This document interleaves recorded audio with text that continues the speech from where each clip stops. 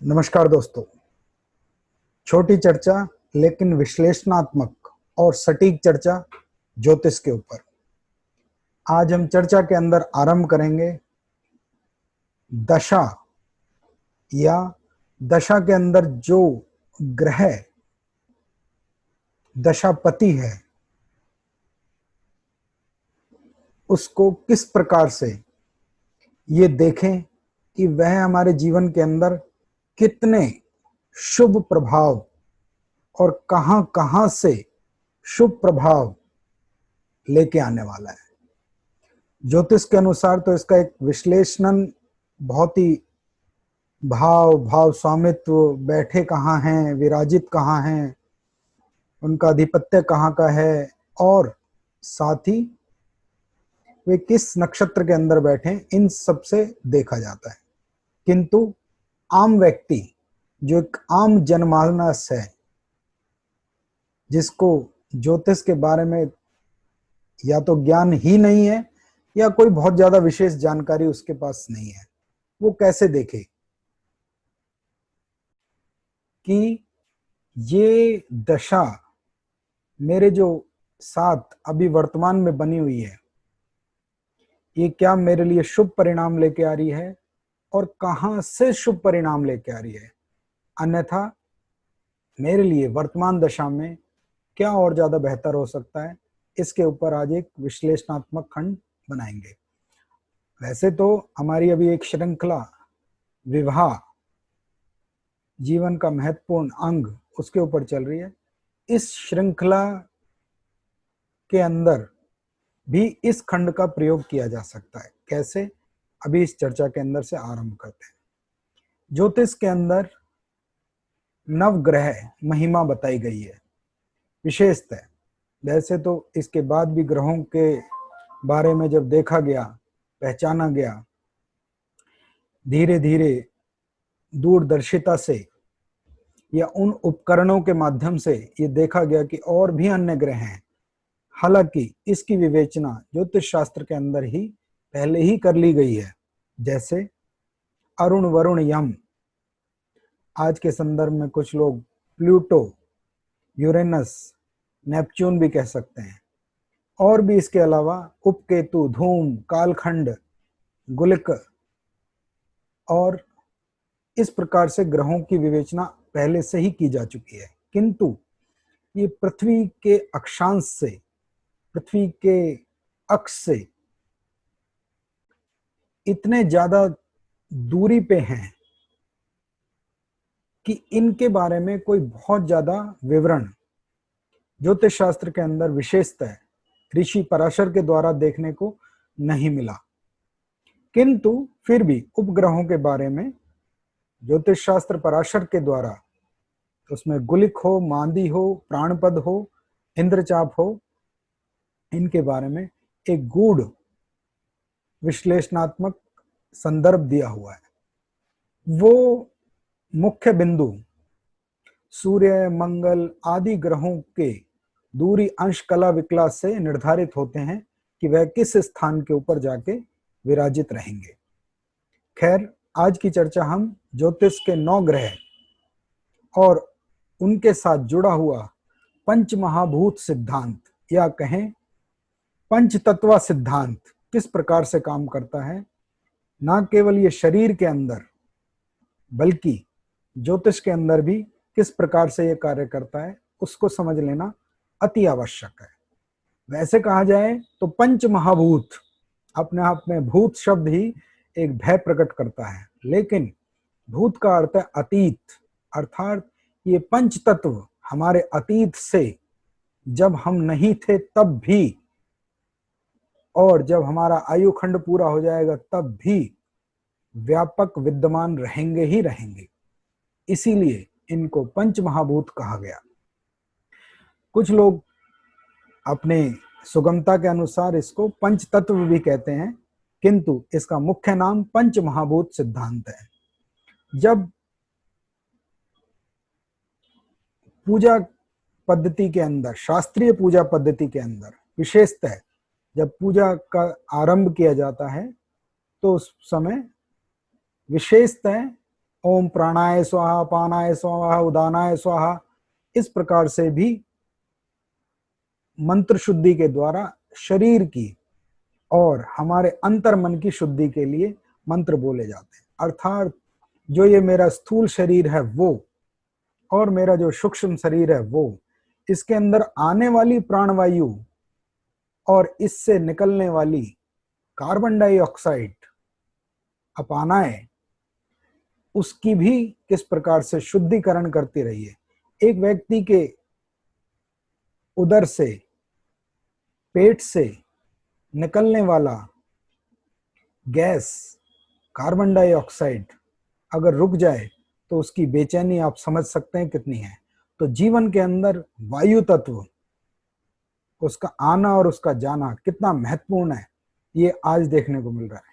और आज क्या, सदियों से देखने को मिला है। अगर हम इसको और भी थोड़ा सा देखें तो आज के समय में ऑक्सीजन के ऊपर ही सारी चर्चा चल रही है कि एक विशेष रोग के कारण से शरीर में प्राणवायु लाने वाले हमारे विशेष अंग ऑक्सीजन को ग्रहण करने के लिए, अर्थात प्राणवायु ग्रहण करने के लिए असमर्थ हो जाते हैं और विकृत हो जाते हैं।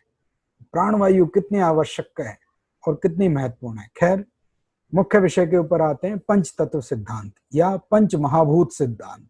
महाभूत क्यों? क्योंकि इसी के ऊपर पूरा संसार टिका हुआ है। पंच महाभूत हैं क्या? प्रकृति के 5 रूप, राशियों के भी 5 रूप हैं, लेकिन यहां हम ग्रहों के 5 रूपों की बात कर रहे हैं। अब बात आती है, ग्रह तो 9 हैं, तो 9 में से 2 तो केवल छाया पाथ बिंदु हैं, अर्थात राहु अक्षांश और केतु अक्षांश, ये तो केवल ही और केवल छाया पाथ बिंदु हैं, अर्थात ये ग्रह ना होके छाया ग्रह हैं। तो इनको इस श्रेणी से अलग किया। इसके बाद बचे सप्तग्रह। सप्तग्रह में से 3 ग्रह एक ही श्रेणी के अंदर आ जाते हैं, लेकिन 2 ग्रह विशेषतः एक श्रेणी के अंदर आते हैं। वो 2 ग्रह कौन से हैं? सूर्य एवं मंगल। ये केवल और केवल पूरी तरीके से अग्नि समर्पित ग्रह हैं। 2 ग्रह चंद्रमा और शुक्र, ये पूरी तरीके से केवल और केवल जल समर्पित ग्रह हैं। बृहस्पति के अंदर थोड़ी अग्नि तो है, किंतु ये अग्नि ज्ञान की अग्नि है और ये आकाश तत्व विद्यमान लेके बैठे हुए हैं। शनि अध्यात्म के कारक, शून्यता वैराग्य के कारक, जो वायु तत्व लेके बैठे हुए हैं। और बुध महाराज या बुध ग्रह, जिसके धरातल पे ये सारा संसार बसा हुआ है, जिसके अंदर पृथ्वी तत्व विद्यमान है, जो अगर देखा जाए तो व्यक्ति के शरीर के अंदर मूलाधार चक्र के अंदर पृथ्वी तत्व ही वास करता है।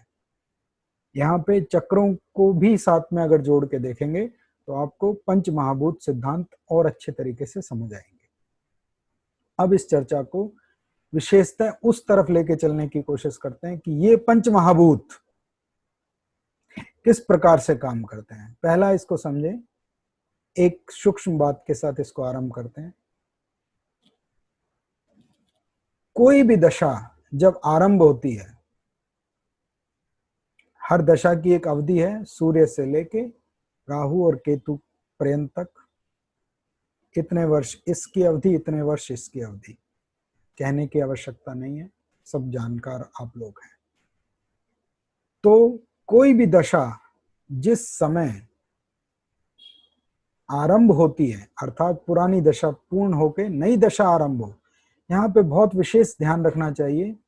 दशा आरंभ का समय आपके जन्म के समय से जुड़ा हुआ है। ये आप ये कहें कि उस दिन आरंभ हुई है, दशा उस दिन से आरंभ नहीं है, दशा उस घंटे से आरंभ है जिस कालखंड के अंदर, समय अवधि के अंदर आपका जन्म हुआ है। उससे निर्धारित होती है कि आपकी दशा वर्तमान में कितने घंटे कितने मिनट पे आरंभ हुई। दशा आरंभ के समय गोचर के चंद्रमा, दशा आरंभ के समय गोचर के चंद्रमा का बहुत ही विशेष महत्व है।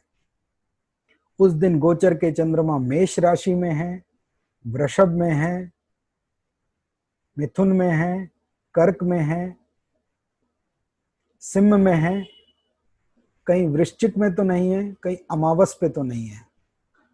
तो उस दशा के परिणाम व्यक्ति को उसी प्रकार से धीरे धीरे प्राप्त होते हैं।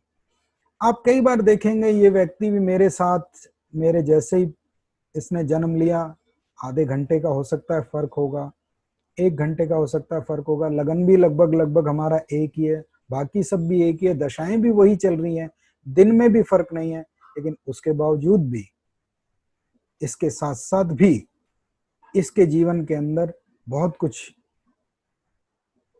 अनोखा, आकर्षक और निरंतर प्रगतिशील है, किंतु ऐसा मेरे साथ क्यों नहीं हो पा रहा है? दशा आरंभ के समय का चंद्रमा, अगर चंद्रमा शुभ स्थानों में, उपचय स्थानों में, शुभ राशियों में बैठे होंगे तो उसी प्रकार से उनके परिणाम भी देखने को मिलेंगे। साथ ही चंद्रमा दशा आरंभ के समय मंगल की राशियों में आक्रामकता, शुक्र की राशियों में विलासिता, बुध की राशियों में विनोदिता और पठन पाठन, और अन्य ग्रहों की राशियों में उसी के अनुसार परिणाम देते हैं दशा आरंभ के अनुसार। मूलतः दशा का सिद्धांत वैसा ही रहेगा जैसा दशा सिद्धांत कहते हैं, लेकिन उसके साथ साथ उसमें ये चीजें भी साथ में सम्मिलित हो जाएंगी जिनको मैंने आपके साथ साझा किया। ये है दशा सूत्र। अब बात आती है पंच महाभूत सिद्धांत के ऊपर। जैसा मैंने बोला, सूर्य और मंगल पंच महाभूत के अंदर अग्नि को बताने वाले, अग्नि को बताने वाले सूर्य मंगल पंच महाभूत के अंदर अग्नि तत्व को बताने वाले ग्रह हैं। अग्नि यहां पे नेत्र को, अर्थात हमारे जो चक्षु हैं, उनको बताने का कार्य करती है। अर्थात अगर जन्म पत्रिका के अंदर सूर्य और मंगल विशिष्ट रूप से ठीक प्रकार से स्वराशि, उच्च नवांश, स्वनवांश, मित्र राशि, स्थान बल, षड बल में बैठे हुए हैं, तो आपके नेत्र को इस प्रकार से दृश्य दिखाई देंगे कि जैसे आप एक राजा समान है। हो सकता है भले ही हम एक आम व्यक्ति हों, लेकिन जहां हमारा निवास स्थान हो उसके आसपास इतने मनोरम दृश्यांत दृश्य नजर आएंगे जैसे कि अपने आप में सुकून देते हो। ऐसा समझ लीजिए, हो सकता है कि भले ही हम इस देश की सर्वोच्च जगह पे ना हो, लेकिन हमारा निवास स्थान उस सर्वोच्च जगह के आसपास देखने को मिले, जहां से रोज उस दृश्य को देख के आंखें आनंदित कर दें। ये पंच महाभूत सिद्धांत का पहला प्रयोग। अर्थात मंगल और सूर्य अगर जन्मांक के अंदर सुव्यवस्थित या शुभ पंचक का अर्थ क्या हुआ? अपनी राशि, अपने नवांश, अपने मित्र नवांश, अपने मित्र के द्वारा दृष्ट शुभ स्थान में बैठे हुए हों तो मनोरम दृश्य दिखाई देंगे। किंतु अगर यही मंगल और सूर्य पीड़ित अवस्था में हों तो अनजाने में ऐसे दृश्य दिखाई ही देंगे जो आपको अप्रिय लगे। हो सकता है कि आपके नजदीक में रहने वाले मित्रगण, आपके साथ में रहने वाले लोग इस प्रकार की आदतों के, हरकतों के या अवांछनीय कार्यों में लिप्त हों कि आपका मन निरंतर उन्हें देख देख के ही शुद्ध होता रहे। मंगल और सूर्य जन्म पत्रिका के अंदर किस स्थान पे विराजमान है, वह नेत्रों के द्वारा, नेत्रों के लिए शुभता और अशुभता प्रदान करता है। चिकित्सा ज्योतिष के अंदर कैसे प्रयोग करें?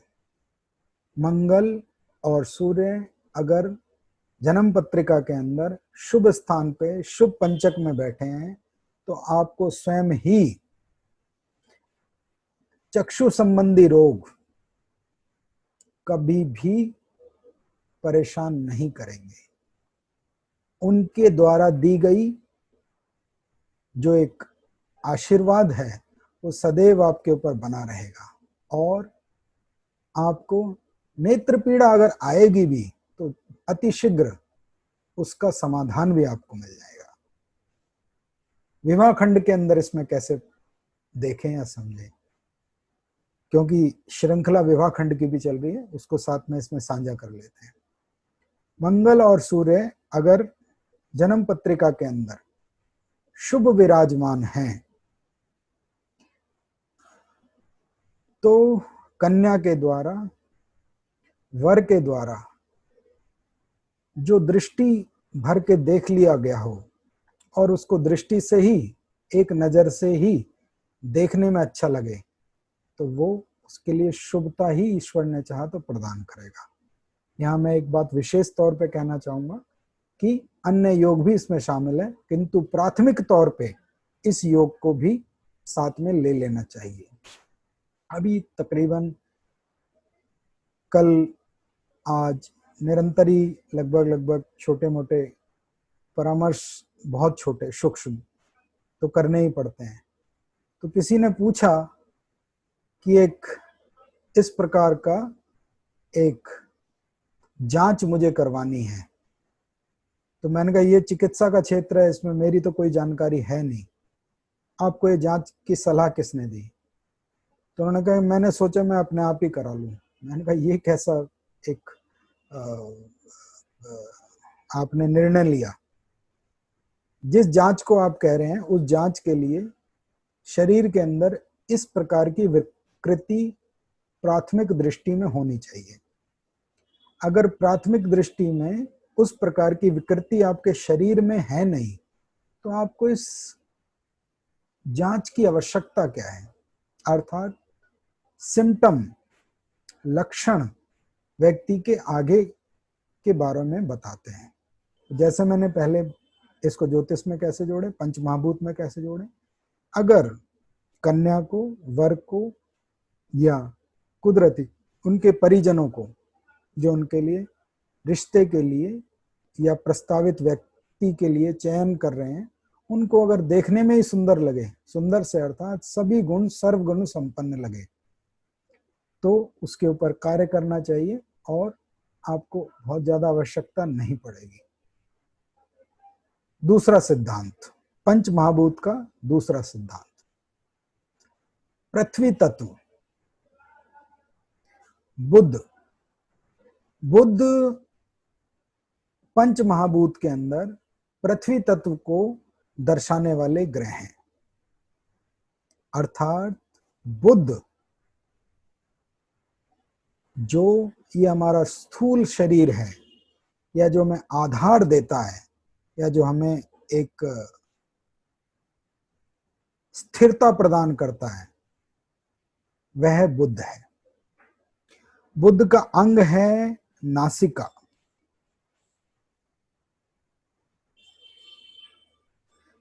जब बुध का तत्व पृथ्वी है और इसका अंग नासिका है तो शुभ पंचक में बैठे हुए बुध के कालखंड के अंदर आपको अपने आप ही सुंदर, मनोरम, मोहक, खुशबू, सुगंध आपको महसूस होंगी। कैसे हो सकता है? आपका परिवेश, आपका घर, आपका निवास स्थान किसी ऐसे स्थान पे हो जहाँ आसपास बाग बगीचे या फूल सौंदर्य लगे हुए हों और निरंतरता से उनकी आने वाली मनोरम खुशबू, सुगंध आपके घर के अंदर प्रवेश करती हो। जब हम एक इससे पुराने निवास स्थान पे रहते थे तो उस समय कई बार हमारे घर से थोड़ा एक दूरी के ऊपर, हमारे निवास स्थान से थोड़ी एक दूरी के ऊपर एक ऐसा वृक्ष था जिससे रात के समय में बहुत अत्यधिक सुगंध फैलती थी। अब मुझे तो ये इसका संज्ञान नहीं है, लेकिन हो सकता है उस समय बुद्ध जो शुभ पंचक में बैठे हों, उनकी दशा अंतरदशा जरूर चल रही होगी।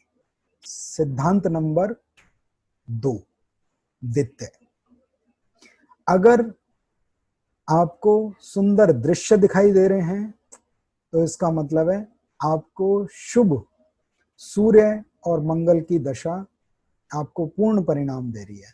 अगर आपको सुंदर, सुगम, भरपूर सुगंध आ रही है, चाहे वो अच्छे भोजन की हो, अच्छे फूलों की हो, अच्छे बगीचे की हो, पहाड़ों की हो, मिट्टी की सौंधी खुशबू हो, तो इसका अर्थात दशा अंतरदशा के अंदर कहीं ना कहीं बुद्ध का खंड जरूर चल रहा है। ये उन लोगों के लिए है जिनके पास अपना जन्म समय विवरणिका नहीं है। तीसरा, बृहस्पति। बृहस्पति के अंदर आकाश तत्व छुपा हुआ है, आकाश फैलाव है। जब शरीर के अंदर पंच महाभूतों की स्थापना हुई तो यहाँ पे आकाश तत्व को देखा गया। पर ब्रह्मरंध्र, इसका जो फैलाव है, ऊपर कमल की पंखड़ियां, 1000 कमल की पंखड़ियां ऐसे खुली हुई हैं ऊपर, ज्ञान का प्रतीक है।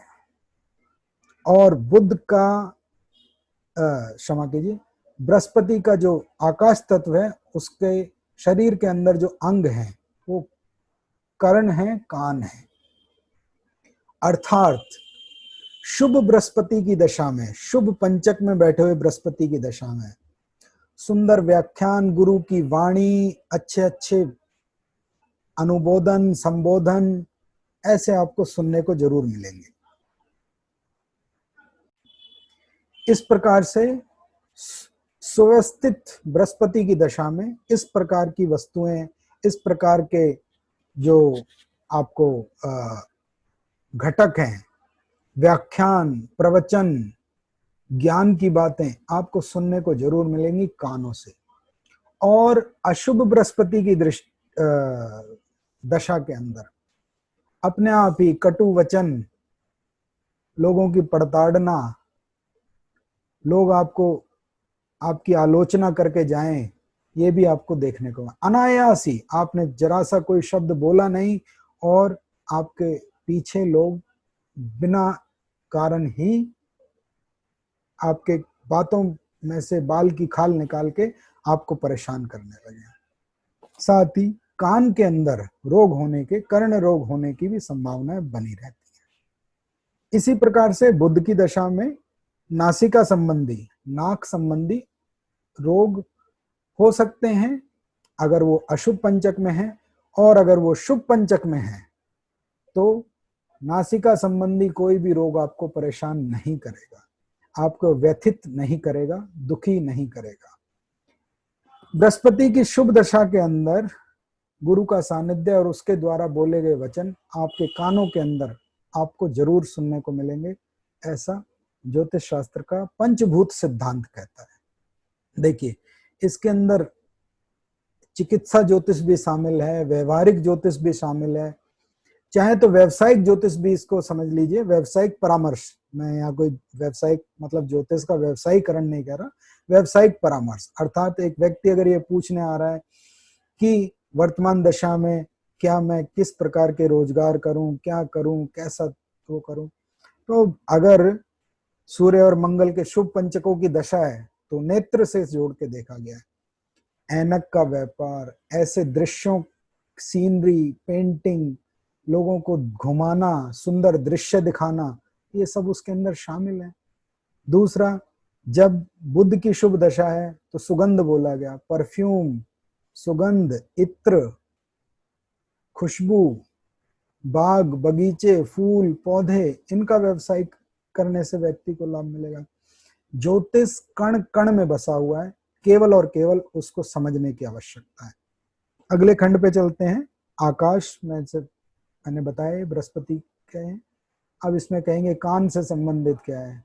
अगर आधुनिक दौर में देखें तो कान में लगाने का एक उपकरण भी आता है जिससे आवाज को वो तेज कर देता है, और जिन लोगों को थोड़ी आवाज मध्यम सुनाई देती है उनको ठीक सुनने लग जाती है। या फिर व्याख्यान देना, लोगों तक अपनी बात पहुंचाना, वो भी सब बृहस्पति के माध्यम से देखा जाता है। इसके बाद आते हैं शुक्र और चंद्रमा। शुक्र और चंद्रमा के अंदर जल तत्व विद्यमान है, और इस शरीर के अंदर भी लगभग लगभग, जैसा कि चिकित्सा विज्ञान कहता है, शास्त्र भी कहता है, लगभग 70-72% जल तत्व ही है। इसीलिए भोजन के अंदर जल की आवश्यकता है शरीर को पोषण देने के लिए और चेहरे की कांति बनाए रखने के लिए। शुक्र चंद्रमा क्योंकि जल के प्रतीक हैं और इनका अंग जिह्वा है, जिह्वा अर्थात हमारी जीभ।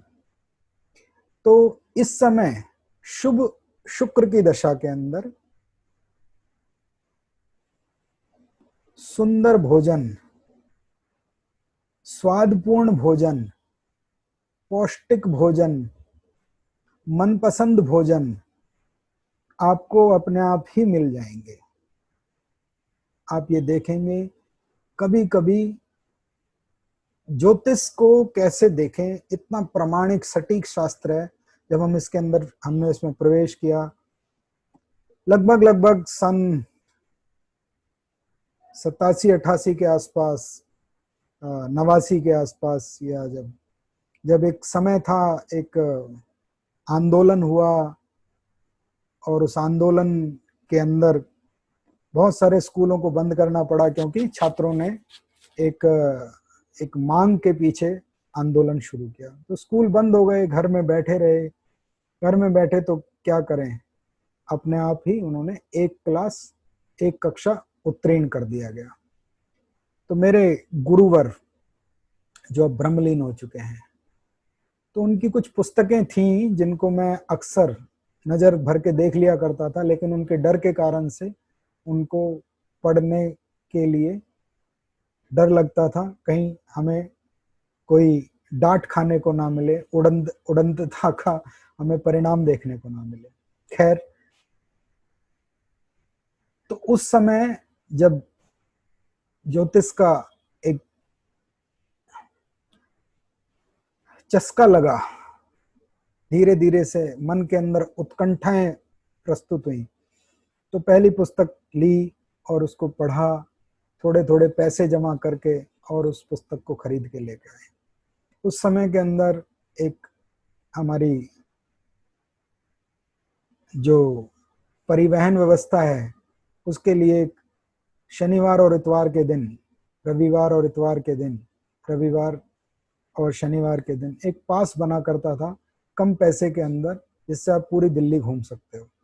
एक पास बनवाया, उस पुस्तक के पीछे उसका पता लिखा हुआ था, तो वहां तक गए, उस पुस्तक को खरीद के लाए, पढ़ा। फिर धीरे धीरे मेरे गुरुवर ने, जो उस समय ब्रह्मलीन है, उन्होंने मेरे को उसको पढ़ते हुए देखा और उन्होंने कहा, आप इसको व्यवस्थित तरीके से पढ़िए, मैं आपकी जिज्ञासा समझ चुका हूँ। फिर धीरे धीरे उसको पढ़ना आरंभ किया, और पढ़ते पढ़ते अपनी दैनिक शिक्षा के साथ साथ उन चीजों के ऊपर भी लगातार रुझान बना रहा।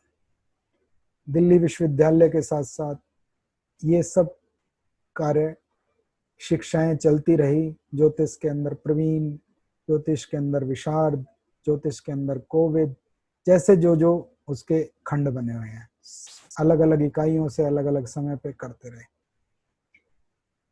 यहाँ पर मुख्य शिक्षा भी आरंभ रही, MA honours, BA, honours, MPhil तक जाके कोशिश करी और फिर अंत में कानून को भी समझने की कोशिश करी। किंतु ज्योतिष को समझने के लिए ऐसा महसूस हुआ कि ये कितना प्रामाणिक है, इसको धीरे धीरे लोगों के साथ, अनुभवों के साथ साझा करते हैं। जब देखा और उसके परिणाम को देखा तो बहुत ही अद्भुत परिणाम देखने को मिले। हम कई बार, हमारे कुछ मित्र, ज्योतिष के मित्र, ज्योतिष को एक चमत्कार पूर्वक विद्या बना के आगे लेके आते हैं, जिसके कारण से पूछने वाले व्यक्ति एक ऐसी उम्मीद बना के बैठ जाते हैं जिससे उनको लगता है कि शायद हम इन देवज्ञ के पास जा रहे हैं और कोई आज चमत्कार हो जाएगा। ज्योतिष चमत्कार नहीं है, ज्योतिष सच्चाई है, जैसे पिछली चर्चा में भी कहा था। और अगर इस सच्चाई को समझ के हम इससे चमत्कार उत्पन्न करेंगे तो ज्यादा बेहतर रहेगा। अर्थात जैसे मैंने कहा, सूर्य, मंगल, अग्नि, नेत्र, बुध, पृथ्वी, नासिका, कैसे इनका लाभ लेना है।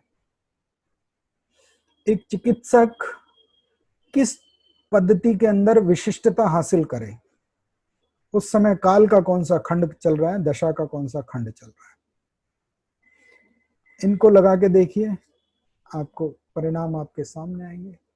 एक वक्ता, अधिवक्ता किस क्षेत्र में ज्यादा कार्य करे, एक जन सामान्य व्यक्ति अपने व्यापारिक गतिविधियों को कैसे कार्य करे, यही ज्योतिष का सबसे ज्यादा विचारणीय और विश्लेषणात्मक और ग्रहण करने योग्य खंड है। वैसे तो ज्योतिष सारा ही ग्रहण करना चाहिए।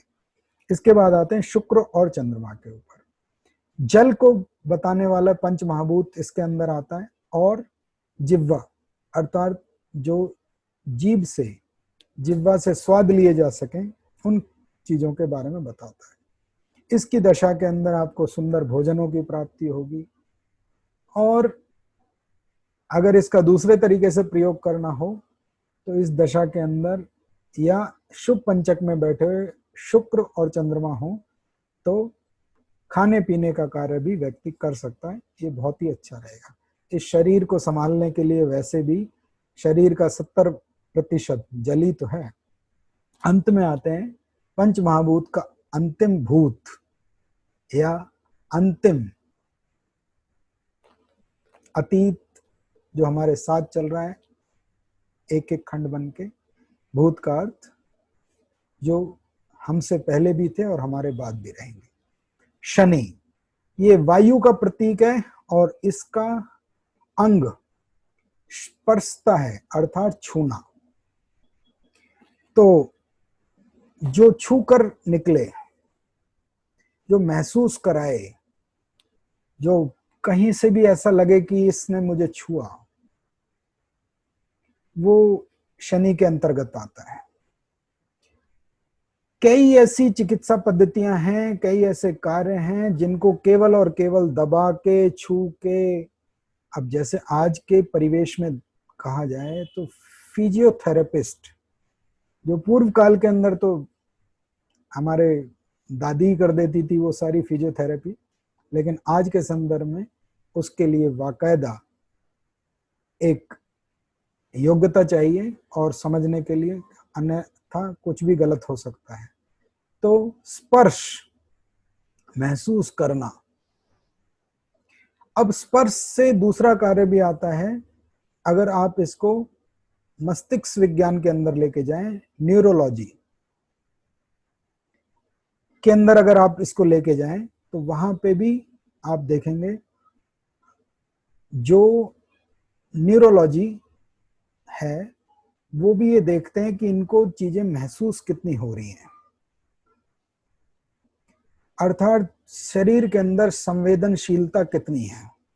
यहाँ चोटी काटी, एकदम से तुरंत पता लगा, दिमाग ने, हमारे मस्तिष्क ने एक आदेश दिया कि यहाँ पे कुछ काटा गया है, उसका दर्द हो रहा है।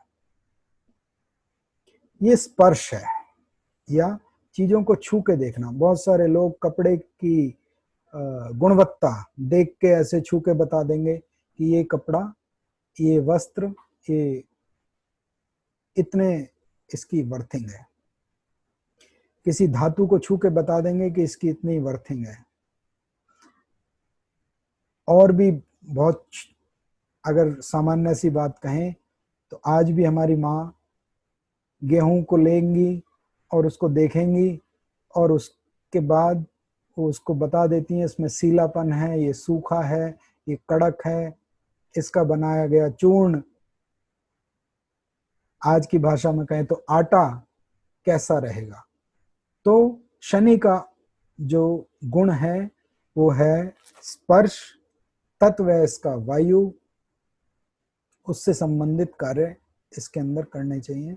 छठे स्थान के अंदर जन्म पत्रिका के अंदर अगर ये पड़ता है तो रोग निर्धारण में बहुत ही मदद देता है। दूसरे स्थान में पड़ेगा तो धन को कैसे इकट्ठा किया जाए, तीसरे स्थान में पड़ेगा तो हमारे व्यापारिक साझीदार कैसे रहेंगे, हमारे साथ काम करने वाले, चौथे स्थान में तो संपत्ति कैसी रहेगी, उसको कैसे प्राप्त किया जाएगा। इन सब के द्वारा आप अपने आप ही इसको जांच सकते हैं। पंच महाभूत सिद्धांत के अंदर जो चर्चा है आपके साथ आरंभ करी और आज उसको छोटा सा एक खंड बना के दिया। इसी को विवाह के अंदर भी कैसे प्रयोग किया जा सकता है, या जो विवाह प्रस्ताव हम अपनी संतान के लिए देख रहे हैं उसके लिए कैसे प्रयोग किया जा सकता है, उसमें भी इसका प्रयोग करना चाहिए। बहुत ही महत्वपूर्ण सिद्धांत है, जीवन के अंदर बहुत काम आता है।